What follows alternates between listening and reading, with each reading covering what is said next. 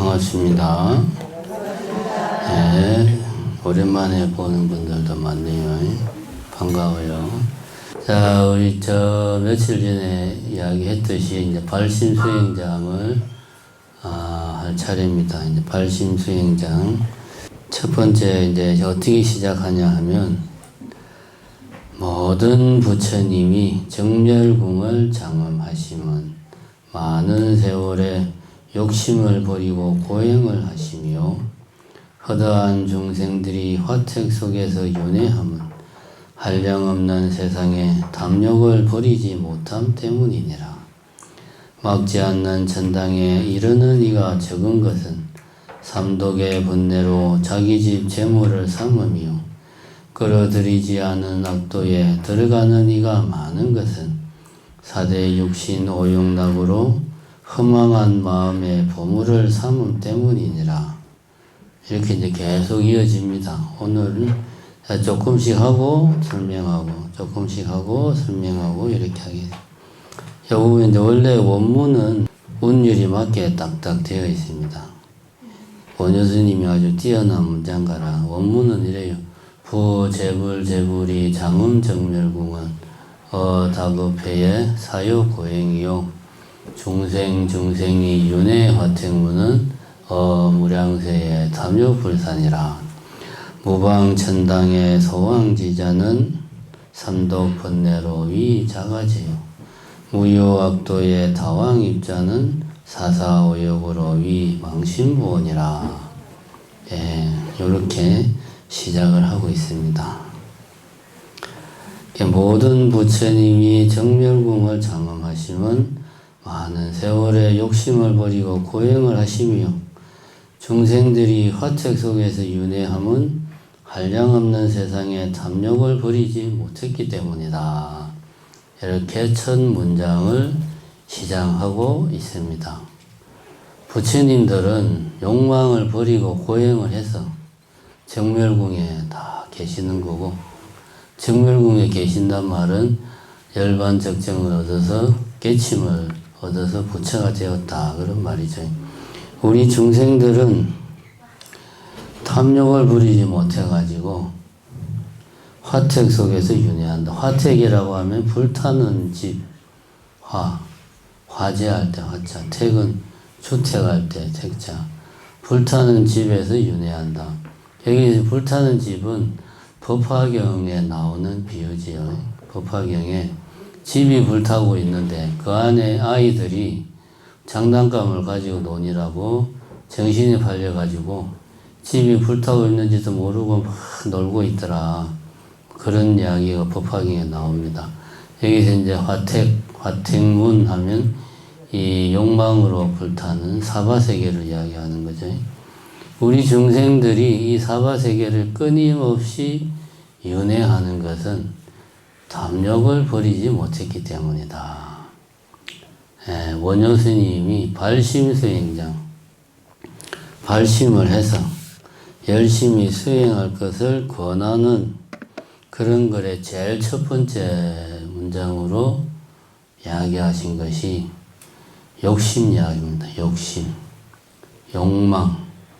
욕망을 버리면 부처가 되고, 욕망을 버리지 못하면 중생으로서 이 불타는 집과 같은 사바세계에서 끊임없이 윤회한다. 그렇게 이야기를 했습니다. 우리가 깨달음을 얻는 게 부처가 되기 위해서 깨달음을 얻느냐? 그거는 결과일 뿐입니다. 중생과 부처를 나누는 것은 결과적으로 그렇다는 거고, 결국은 여기서 나와 있지만 욕망을 버리느냐 버리지 못하느냐, 이것에 따라서 부처와 중생이 나누어지고, 이것에 따라서 깨달았느냐 깨닫지 못했느냐가 나눠지는 거다. 이것에 따라서 이 사바세계에서 끊임없이 윤회를 하느냐 아니면 이 해탈해가지고 열반적정의 세계로 가느냐가 갈려진다. 무엇으로? 욕망을 내가 버리느냐 버리지 못하느냐, 그것으로 갈려진다. 그런 이야기입니다. 이런 이야기를 들으면 욕망을 버려야 된다는 것은 알고 있는데 그게 참 마음먹은 대로 잘 안 됩니다. 내 마음먹은 대로 내가 욕망을 내지 말아야지 딱 마음먹어서 욕망을 안 낼 수 있다면 그럼 우리 모든 사람들이 다 부처고 다 보살인데 이게 마음대로 안 됩니다. 내 마음대로 안 되는 게 내 마음이야. 그래서 우리가 사는 세계를 욕망이 지배하는 욕계다 그렇게 이야기를 합니다. 여기서 우리가 가만히 생각을 해보면 이제는 나도 나이도 먹고 이제는 더 이상 바랄 것도 없고 이제는 죽어서 내가 그래도 지옥에 안 가고 저 아미타 부처님 곁에 극락정토에 가려면 지금이라도 열심히 수행을 해야지 이런 마음을 내가지고 수행을 하려고 하니까 부처님도 그러고 계층만 보면 욕망을 버리라고 하니 욕망을 내지 말아야지 욕심을 내지 말아야지 그렇게 내가 다짐을 한다고 해서 욕망이 사라지느냐 그게 또 그렇지가 못하다 이거지. 마치 우리가 물을 받는 이 독이 있는데 그 장독대가 밑이 이제 깨져가지고 빠져 있으면 아무리 물을 부어도 계속 새기 때문에 계속 물을 받아와야 돼요. 그러면 이제 그럼 뭐지 수도꼭지를 연결해가지고 수도꼭지를 세게 틀어놓으면 되지 라고 생각할 수 있는데 우리가 밑 빠진 독이라는 게 이제 옛날 사람들 비유란 말이에요.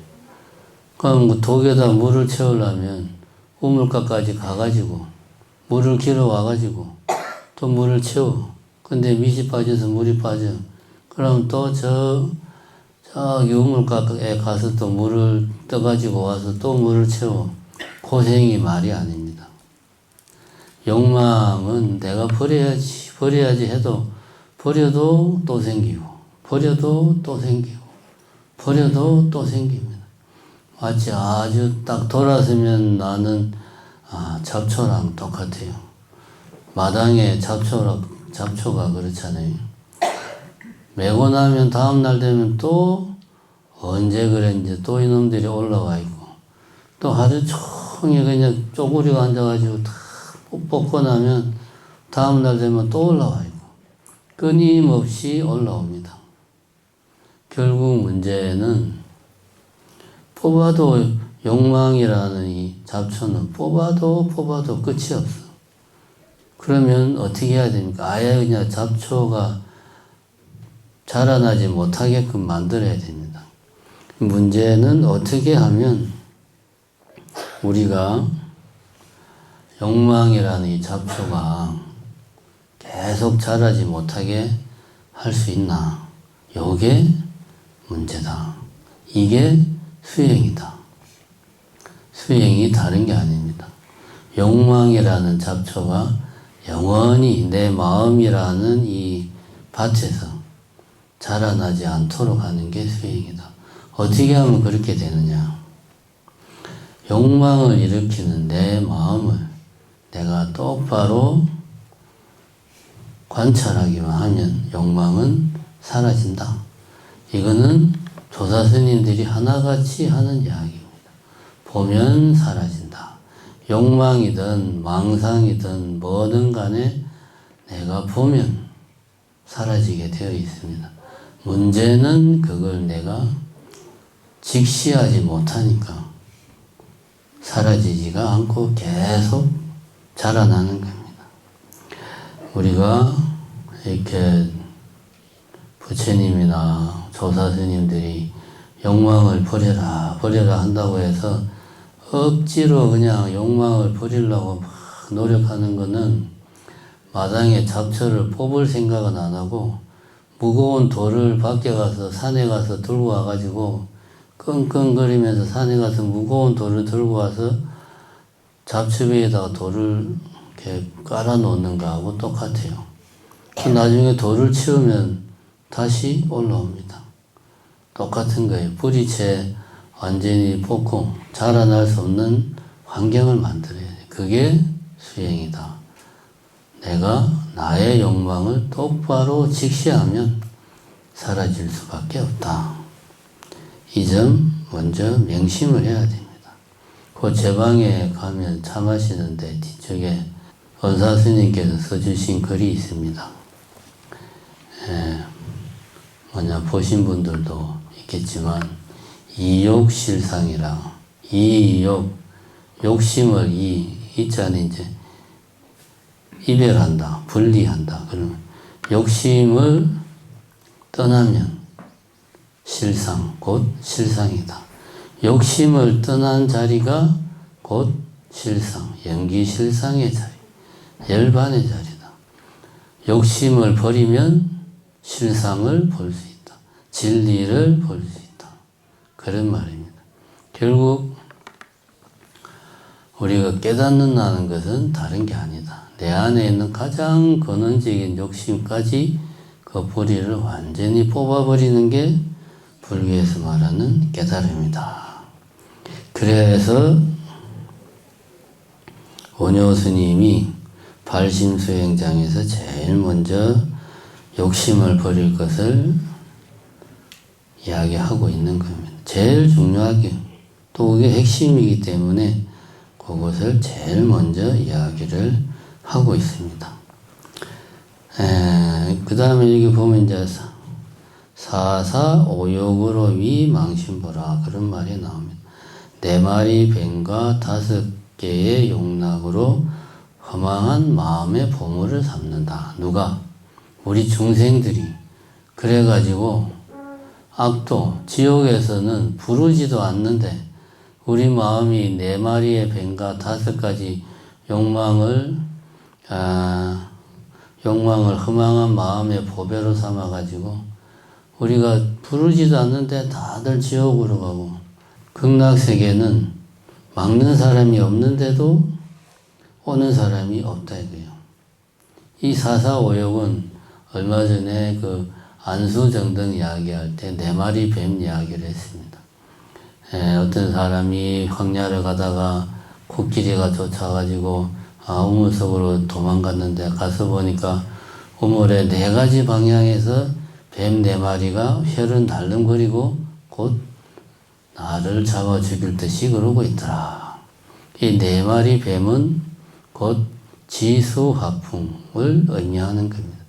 사람은 멀쩡하게 사람으로 생명을 가진 사람으로 사는 것처럼 보이지만 죽으면 다 지, 수, 화, 풍으로 돌아간다 이거지. 결국 이 몸뚱아리는 일시적으로 이렇게 잠깐 모여 있는 거지 원래 이런 게 아니다. 그 4마리 뱀은 바로 지수화풍을 이야기하는 거죠. 사사와 오욕으로. 오욕락은 이제 그 안수정등에서 우물 속에서 나뭇가지를 붙잡고 있는데 꿀이 5방울씩 똑똑똑 떨어져 가지고 자기가 밑에서는 동령이 잡아먹을 듯이 그러고 양 4군데 옆에서는 4마리 뱀이 독사가 잡아 죽이려고 그러고 있고 나뭇가지는 끊어질 듯 말 듯 하고 있는 그 와중에 5방울에 꿀이 똑똑똑 떨어지니까 그 꿀맛에 탐해서 자기 현실을 잊고 있더라. 그래서 몸을 좋아서 막 몸을 흔드니까 벌들이 날아와서 또 이 사람을 쏘는 거예요. 요 5방울의 벌꿀이 오욕락이죠. 요거는 우리가 안수정등할 때 이야기했습니다. 우리가 인간의 욕망을 물론 말하는 거지만 더 근본적으로는 우리가 말하는 그 눈으로 보고 귀로 듣고 코로 냄새 맡고 혀로 맛보고 피부로 접촉하는 우리 마음이 받아들이는 창구 5가지 창구가 있어요. 5개의 문이 있어. 우리 마음이 세상을 받아들이는 5개의 문이 있는데 이 마음은 항상 바깥으로 향해 있어가지고 보고 듣고 맛보고 냄새 맡고 감촉하는데 정신이 팔려있다 이거야. 거기에서 집착이 생기고 욕심이 생긴다. 그래서 벌꿀에 비유한 겁니다. 사사오욕으로 흠망된 마음의 보물을 삼는다 이거지. 누가? 우리 중생들이. 그래서 거기에서 욕망이 싹튼다. 우리 마음속에 욕망이라는 잡초가 우리가 뭔가를 보면, 뭔가 소리를 들으면, 냄새를 맡으면, 우리가 뭔가 외부의 뭔가를 보고 듣고 맛보고 냄새 맡고 접촉하면 그에 상응하는 욕망이 우리 안에 잡초처럼 일어난다 이거지. 그게 오욕락이다. 그렇게 이야기를 하고 있습니다. 그러니까 우리가 마음을 다스린다는 것은 내가 이 보고 듣고 맛보고 냄새 맡고 감촉하는 이 내 마음이 외부와 맞닥뜨리는 이걸 다스린다. 그런 말과 같다. 그런 이야기입니다. 그 다음에 우리 중생들은 이렇게 욕망을 버리지 못해가지고 이 욕망의 사바세계에서 윤회를 하고 있다. 그 다음에 이어서 원효 스님이 이렇게 이야기를 합니다. 사람이 누군들 산에 들어가 수도하고자 하지 않으리요마는 이에 나아가지 못함은 애욕이 얽매인 탓이니라. 그러나 산중 숲속에 들어가 마음을 닦지 못하여도 자신의 힘껏 선행을 버리지 말지니라. 제 욕락을 능히 버리면 믿어 공경하기를 성인과 같이 하고 어려운 행을 능히 행하면 존중하기를 부처님과 같이 하느니라.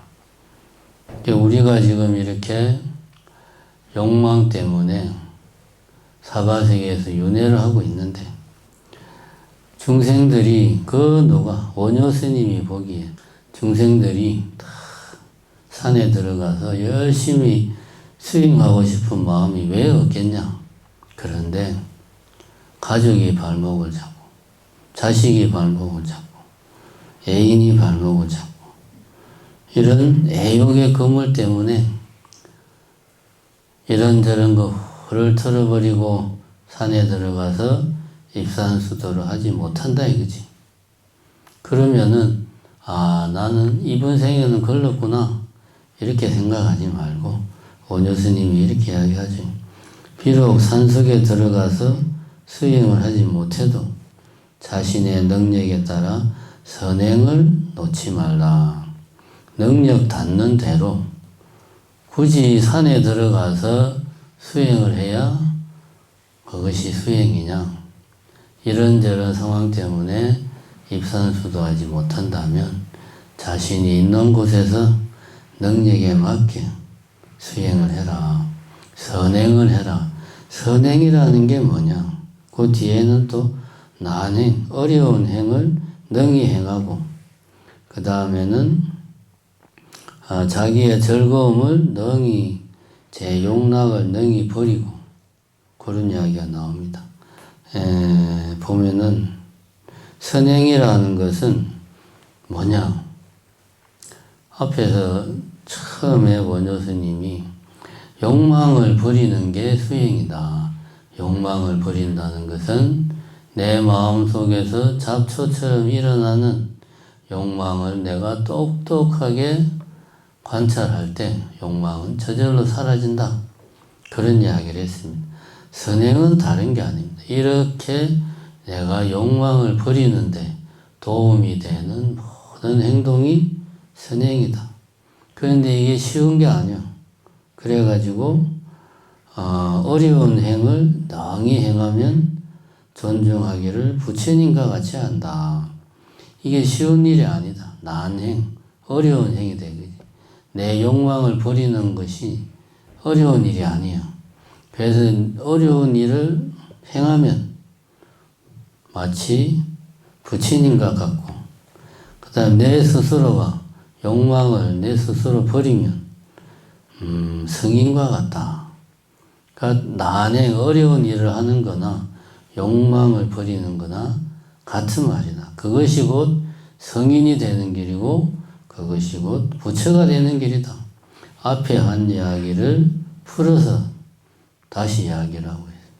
앞에서 욕망을 버리면 부처가 되고 욕망을 버렸기 때문에 부처가 되어서 정멸궁에 있고 욕망을 버리지 못했으니까 이 불타는 사바세계에서 윤회를 하는 거 아니냐 그런 이야기를 했습니다.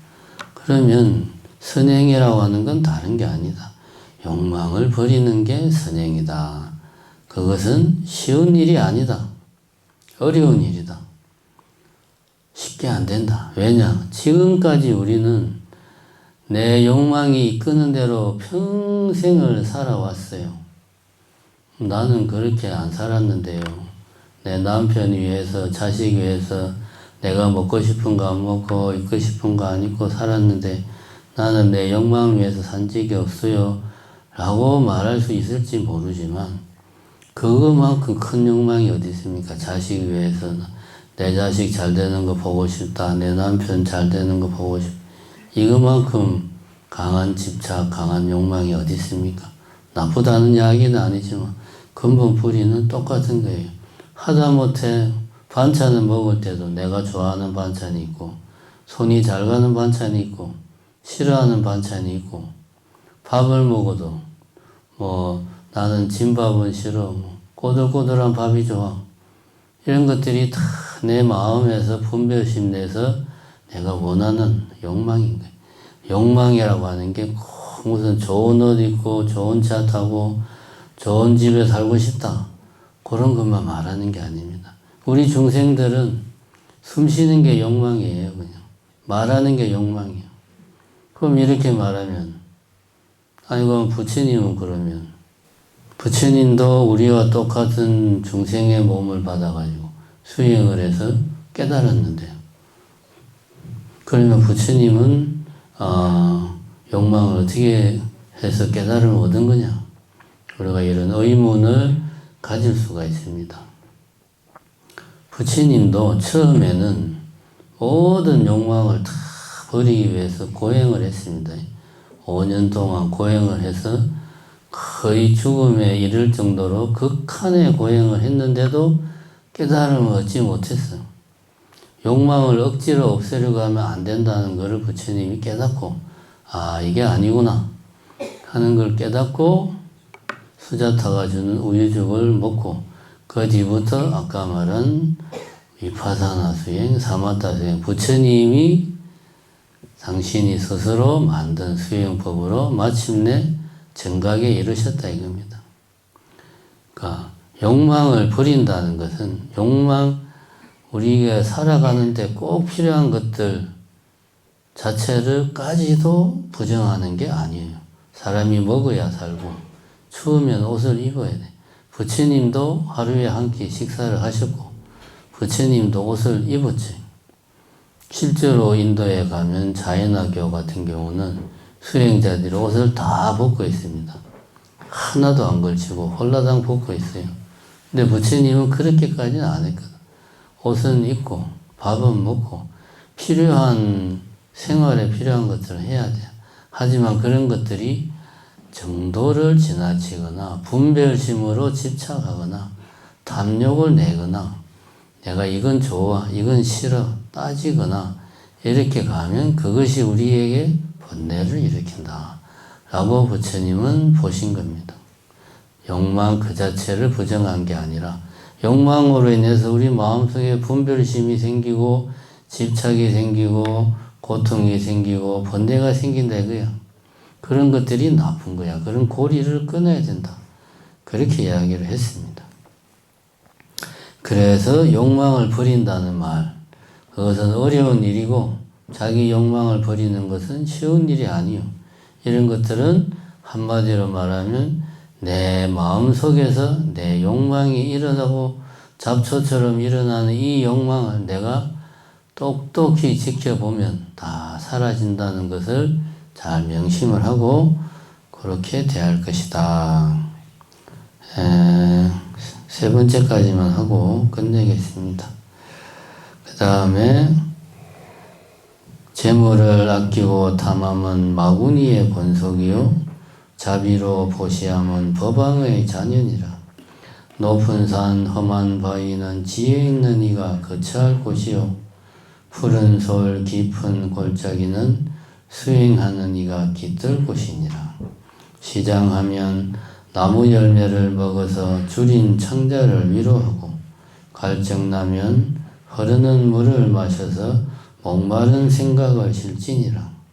맛있는 것을 먹어서 소중히 길러도 이 몸은 결정코 무너지고 부드러운 옷을 입어서 지켜 보호하여도 목숨은 반드시 마침이 있느니라. 재물을 아끼고 탐하는 것은 마구니의 자식들이고 마구니의 무리고 자비로 보시하는 것은 법왕의 자식들이다.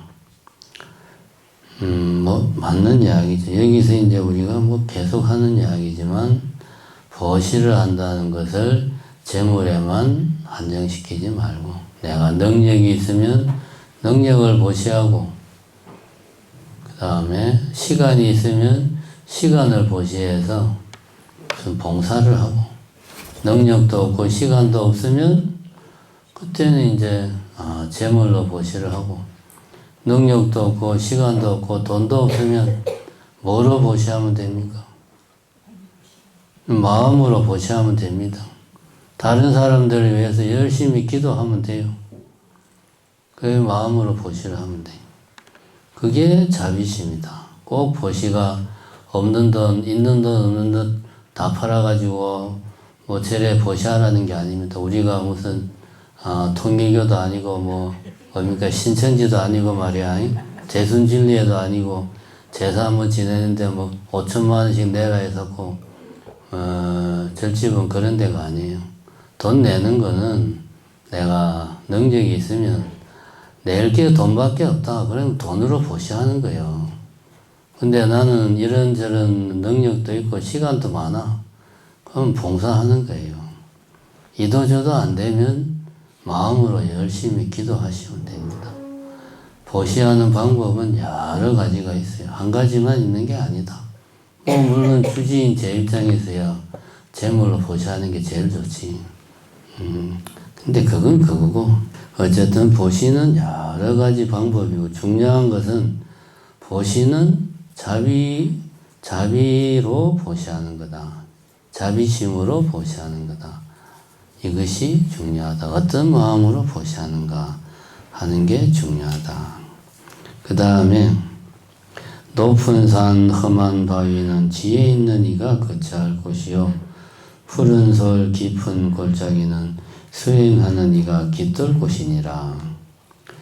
물론 우리가 수행을 할 때는 번잡하고 이 얽히고 설켜 있는 속세를 떠나가지고 심산유곡에서 수행을 하면 잘 되겠죠. 근데 결국 수행을 하는 목적이 뭡니까? 자기 혼자 깨닫기 위해서 수행하는 게 아닙니다. 자기 혼자 깨닫겠다고 하는 것은 그건 올바로 깨닫는 게 아니에요. 아상을 완전히 털어내야 진정한 깨달음인데 내 혼자만 깨닫겠다는 생각 자체가 나라는 생각을 벗어나지 못한 거예요. 어느 정도 일정한 시기 동안은 세상과 떨어져서 수행에 집중할 필요가 있습니다만은 평생을 그렇게 사는 건 문제가 있어요. 다시 세상 속으로 돌아와서 사람들과 보대끼면서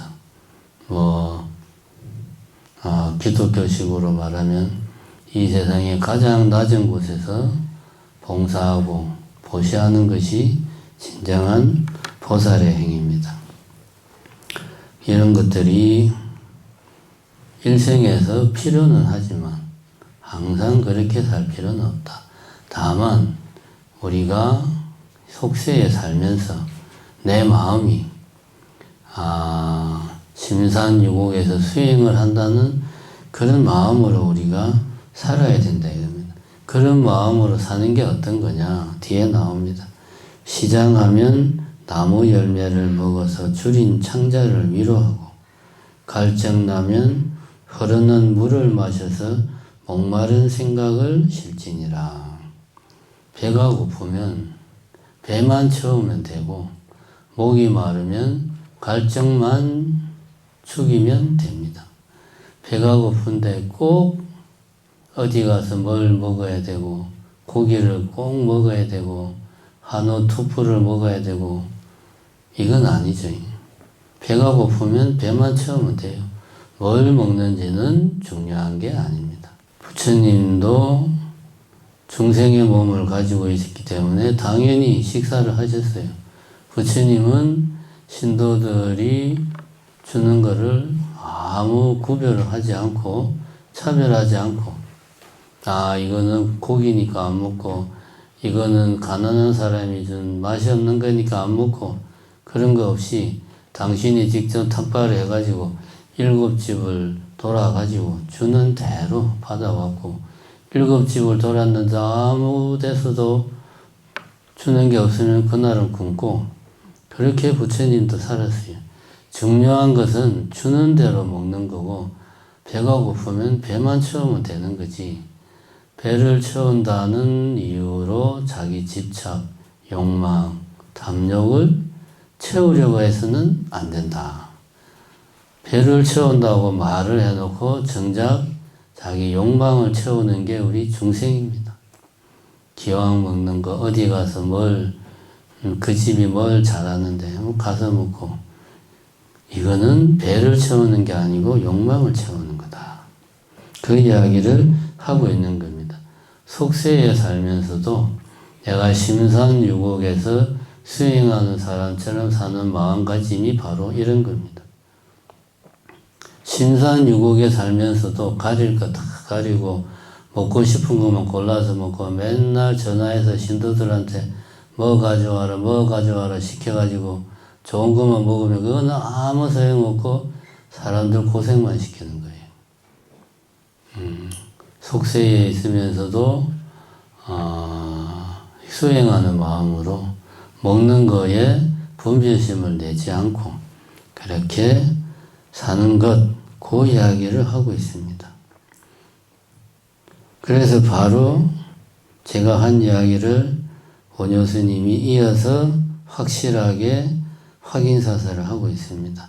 맛있는 것을 먹어서 소중히 길러도 이 몸은 결정코 무너지고 부드러운 옷을 입어서 지켜 보호하여도 목숨은 반드시 마침이 있느니라. 우리 중생들은 어리석어가지고 내 배를 채운다고 하면서 나의 욕망, 나의 집착, 나의 탐욕을 채운다 이거야. 맛있는 거, 좋은 거 골라서 아무리 먹어봐야 이 몸은 반드시 무너진다. 몸이 무너진다는 것은 이 몸이 흩어진다. 자연 속으로 돌아가서 지수화풍으로 다 흩어진다. 우리 인간들이 하는 말로 죽는다 이거지. 몸이 흩어지는 게 죽는 거죠. 우리는 뭐 죽는 게 막 엄청 대단하고 무서운 걸로 생각하는데 그냥 원래 잠시 모여있던 게 원래대로 흩어질 뿐이에요. 욕망을 아무리 채워도 이 몸은 무너지고 내가 추워서 추위만 피할 수 있도록 옷을 입으면 되는데 춥다는 이유로 좋은 거, 비싼 거, 멋있는 옷, 부드러운 옷 아무리 입어도 목숨은 반드시 마침이 있다. 이 몸뚱아리를 아무리 잘 치장을 해도 아무리 잘 명품으로 치장을 해도 명품 백에, 명품 목걸이에, 명품 옷에 명품으로 도배를 해도 죽는 건 똑같아 이거요. 명품으로 치장을 하면은 목숨이 50년 더 길어지고 그런 거 아닙니다. 그제? 제 아무리 명품으로 도배를 해봐야 똑같이 죽는다. 그 이야기입니다. 그래서 배고프다는 핑계로 탐욕을 채우지 말고 춥다는 핑계로 욕망을 채우지 마라. 그래봐야 이 몸뚱이는 어차피 때가 되면 죽는다.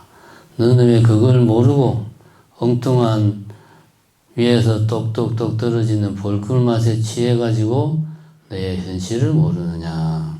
그런 이야기를 하고 있습니다. 자, 댁에 돌아가셔서 요즘 뭐 다들 스마트폰으로 검색하면 다 나오니까 발심수행자 검색해서 내용을 한번 잘 읽어보시기 바랍니다. 워낙 명문이기 때문에 옆에 두고 심심할 때마다 읽고 그래서 다 외울 정도로 읽으십시오. 그렇게 해서 내 몸에 피가 되고 살이 되어야 그것이 진정으로 나에게 도움이 됩니다. 그냥 뭐 좋은 말이네 그러고 넘어가 버리면은 아무 소용없습니다.